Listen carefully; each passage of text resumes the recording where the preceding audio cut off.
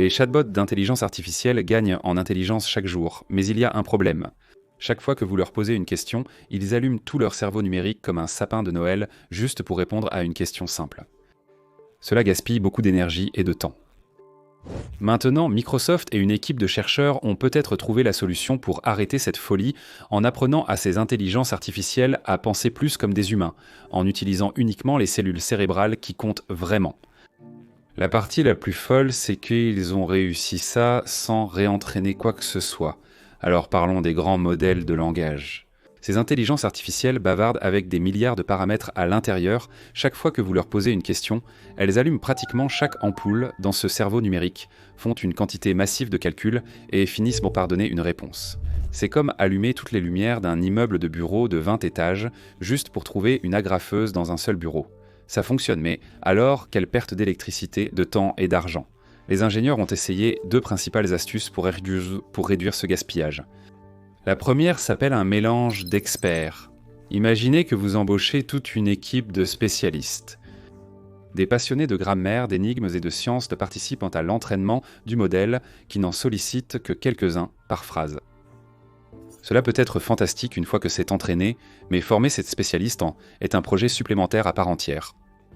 En tant qu'entreprise utilisant un modèle populaire récemment téléchargé, vous n'aurez peut-être pas le luxe d'une solution immédiate. La deuxième astuce consiste à suivre la voie sans entraînement. Il suffit de désactiver une partie du cerveau pendant qu'il fonctionne. Les méthodes existantes, appelées TEAL et CATS, consistent essentiellement à observer à quel point chaque neurone crie fort. Les plus silencieux sont totalement muets. L'idée, jusqu'à ce que vous deveniez agressif et que vous réduisiez au silence la moitié du cerveau, révèle que certains neurones prennent doucement mais contentent beaucoup, tandis que d'autres crient fort mais contentent à peine, ce qui fait s'effondrer les performances. C'est là qu'intervient WINA, qui signifie Weight Informed Neuron Activation. Elle provient d'une équipe conjointe de Microsoft, de l'université de Renhan en Chine, de l'université de New York et de l'université de technologie du sud de la Chine. Ils ont publié l'article académique complet le 29 mai 2025 et un résumé plus court au format journalistique 2 jours plus tard. Le talent de WINA est d'une simplicité éblouissante. Ne jugez pas un neurone seulement par la force de ses signaux. Regardez la taille du mégaphone qu'il tient. Voici la version en français simple de cela. Chaque neurone transmet son petit signal à travers un tas de nombres appelés poids. Certains poids multiplient ce signal par beaucoup, d'autres à peine. WINA multiplie le volume par la taille du mégaphone et ne garde que les neurones avec le coût combiné le plus puissant. Les autres dorment à ce moment-là. Ce simple changement signifie que le modèle peut désactiver une bien plus grande partie de lui-même sans que le moindre ralentissement cérébral n'apparaisse dans la réponse. Certains spectateurs attentifs pourraient se demander « Mais si les calculs internes du modèle ne sont pas parfaitement réglés, ce classement sera-t-il toujours juste ?» Les chercheurs y ont pensé. Ils passent pour chaque bloc clé de poids au peigne fin grâce à une décomposition en valeurs singulières. C'est un terme technique, mais imaginez que c'est comme réorganiser les meubles pour que tout soit bien aligné. Après l'alignement, les garanties et démonstrations mathématiques confirment que l'erreur reste très faible. Ils ont testé WINA sur 4 points de contrôle bien connus afin de déterminer son efficacité. QEN 2,57B, LAMA 2, 7B, LAMA 3,8B et 5,414B.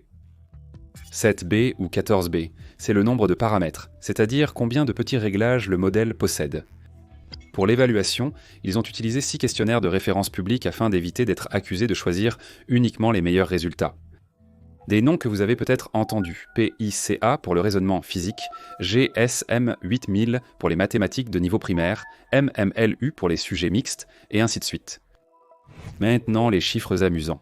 Lorsqu'ils ont désactivé 65% des neurones, oui, presque les 2 tiers, WINA a quand même battu TIL de juste un peu moins de 3 points de pourcentage sur Queen, et d'environ 2 sur Phi4.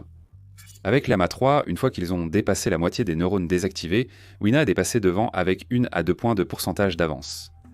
Ça ne paraît pas énorme jusqu'à ce que vous réalisiez que les spécialistes du machine learning s'obsèdent pour un dixième de pointe. 2 points entiers, c'est comme battre son temps au marathon de l'année dernière de 5 minutes. Réduire le nombre de neurones diminue aussi le travail de calcul brut, mesuré en milliards d'opérations en virgule flottante, ou flop pour faire court. Sur AdQueen 2.5, les flops sont passés de 7 milliards à 2,8 milliards, avec 65% de parcimonie. Llama 2 est passé de 6,6 à 2,4, économisant presque 2 tiers de la puissance de calcul. Tous les modèles tournaient en autour de cette barre des 60%. En termes d'argent de centre de données, c'est énorme. Même Chatbot à peu près la moitié de la facture GPU. C'est vrai, vous n'avez pas à effectuer l'entraînement complexe supplémentaire nécessaire dans le domaine du mélange d'experts. Vous installez cette porte dans un modèle existant, réglez le niveau d'agressivité souhaité, 25, 40, 50 ou 65% de réduction. Et c'est terminé. Si une couche semble plus sensible qu'une autre, vous pouvez attribuer des pourcentages différents et un petit algorithme glouton emprunté à TEAL aide à tout équilibrer pour que votre objectif global reste cohérent. Une complication potentielle est l'affirmation théorique sur les poids orthogonaux des colonnes. L'article s'appuie là-dessus pour garder les calculs d'erreurs propres. Mais les modèles réels ne sont pas toujours coopératifs, donc les auteurs automatisent une transformation, souvenez-vous de la rotation des meubles, pour imposer une quasi-orthogonalité uniquement là où c'est important, puis compensent ailleurs. Résultat, les prédictions restent identiques lorsqu'aucun neurone n'est activé. Après la vérification de sécurité, il démarre Anduina et commence à économiser des flops. Pour les plus méticuleux, tous les calculs sont détaillés.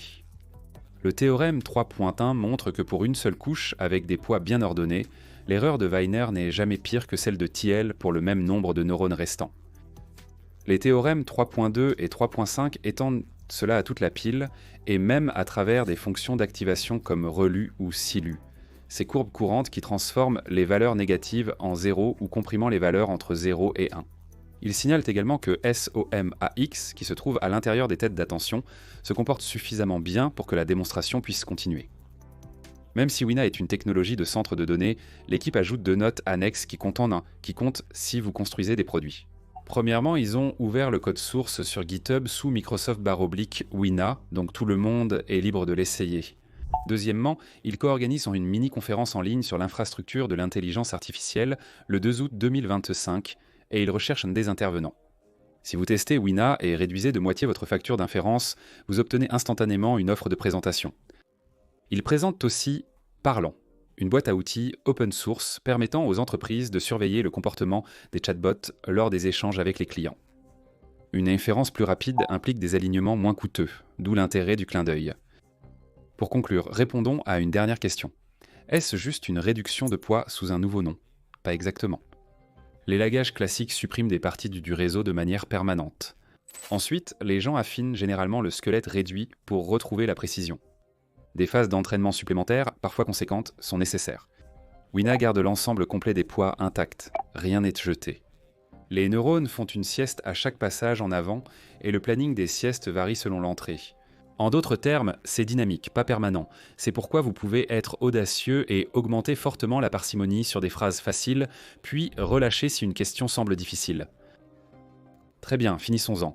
Wina vous propose un petit changement logique. Multipliez la taille de l'activation par la force du poids. Gardez les plus gros acteurs.